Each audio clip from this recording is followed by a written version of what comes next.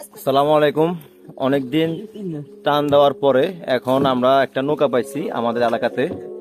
এই যে হচ্ছে নৌকা, আর আমরা এখন এলাকার ভিতরে আছি একদম। সবচেয়ে দুঃখের বিষয় হচ্ছে এটা, এলাকার মানুষের টান দেওয়ার পরেই মানুষে বলে কেউ পায় নাই। সবচেয়ে কষ্টকর হচ্ছে এই কথাটা, কেউ টান পায় নাই, মানে কেউ পাচ্ছে না। মানে এতগুলো মানুষ দিন রাত খাটতেছে, কিন্তু মানে প্রত্যেকটা লোকে বলতেছে যে কেউ পায় নাই। সবচেয়ে দুঃখের বিষয় হচ্ছে এটা। আসলে মানুষের খুশি করাটা এত সোজা না।